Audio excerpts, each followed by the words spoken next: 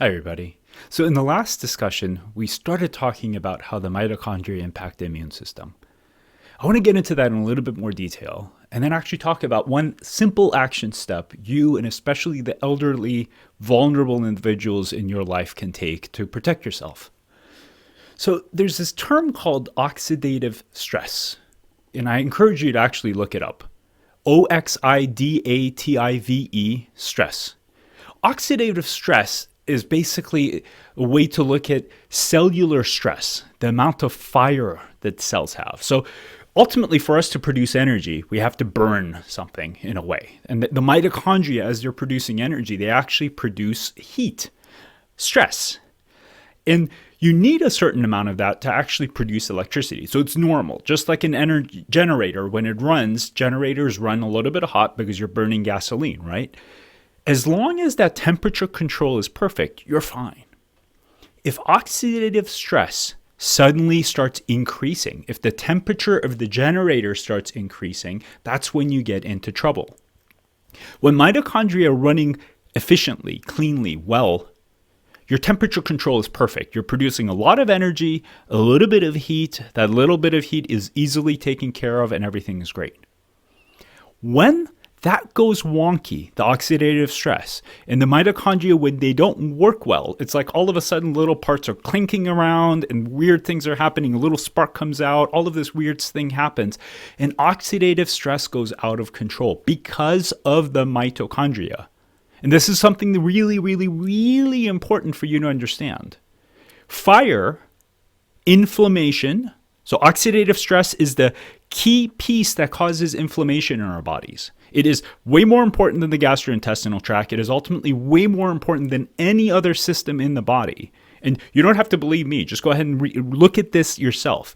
Oxidative stress comes ultimately from the mitochondria, and the mitochondria are in the process of producing energy, what create these free radicals. Reactive oxygen species, we call them.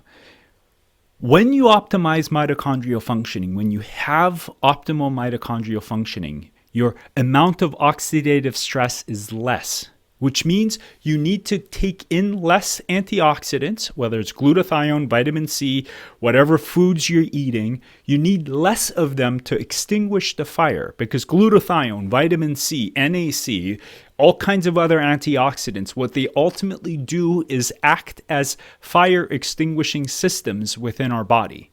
So the mitochondria produce fire, which we need to produce electricity. It's a natural thing. Everyone has it.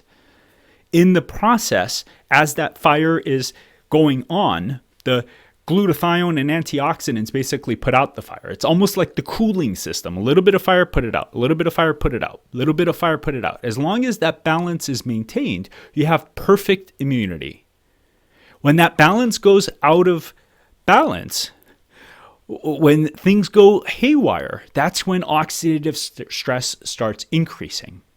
And when that happens, that is when immune pathways start opening up and you get this inflammatory response, which is ultimately what the coronavirus does. The coronavirus ramps oxidative stress up to this weirdly high level. And if you're lacking the antioxidants, glutathione in particular, that can actually cause your system to go into this massive inflammatory state, which is what happens with some people, right? They get these fevers of 105 and it's like having the flu times 10. Those people that have the flu times 10, one is they probably have some kind of mitochondrial error, and two, their fire extinguishing systems do not work well.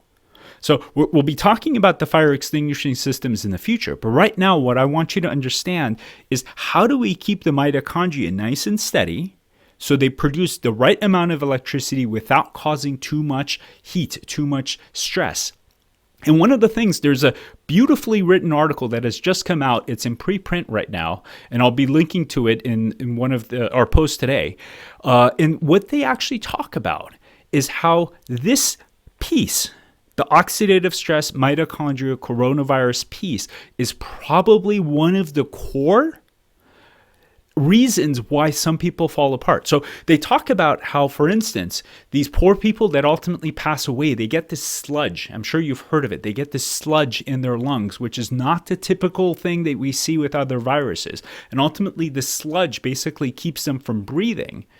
And part of what these brilliant people are talking about is when you get too much oxidative stress, your cells start bursting, which dumps out all of this iron. Iron actually acts as a pro-oxidant. It causes more inflammation.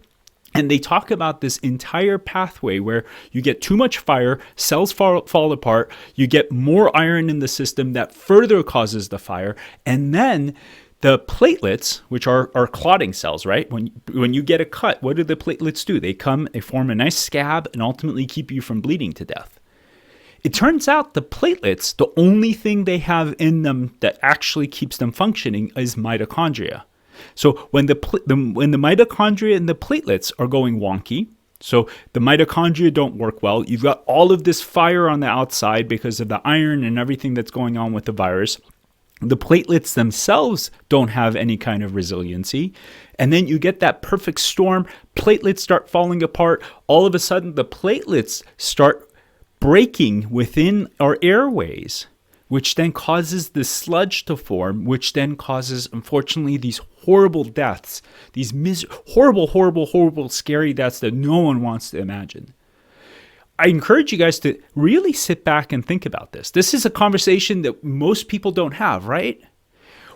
Even in our holistic circles, we're so focused on the gut. And again, I'm not saying that the gut is not important, and you'll see me really get into it in future talks.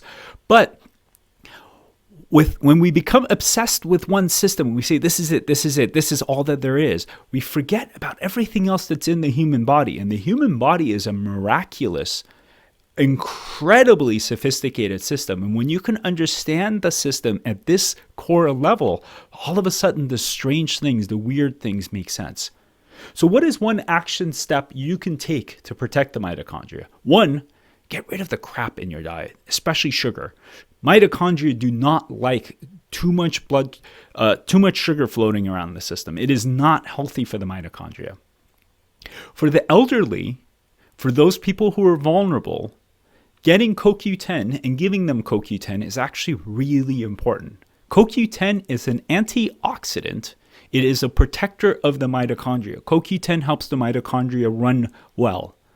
And when you have adequate amounts of CoQ10 in the body, it stabilizes the mitochondria. So when they're about to go wonky, it actually keeps them stable. So buying CoQ10, you can buy it anywhere. If you can find ubiquinol, so ubiquinone, N-O-N-E, is the most common form. And it's good. If you can find ubiquinol, U-B-I-Q-U-I-N-O-L,